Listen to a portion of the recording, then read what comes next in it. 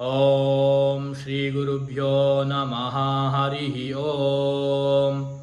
जातवेदसे सुनवामसो ममराति यतो निदहाति वेदाः स नः परिषदति दुर्गाणि विश्वानावेव सिन्धुन्दुरितात्यग्निः तामग्निवर्णान्तपसा ज्वलन्तीं वैरोचनीं कर्मफलेषु जुष्टाम् दुर्गां देवीगुं शरणमहं प्रपद्ये सुतरसितरसे नमः।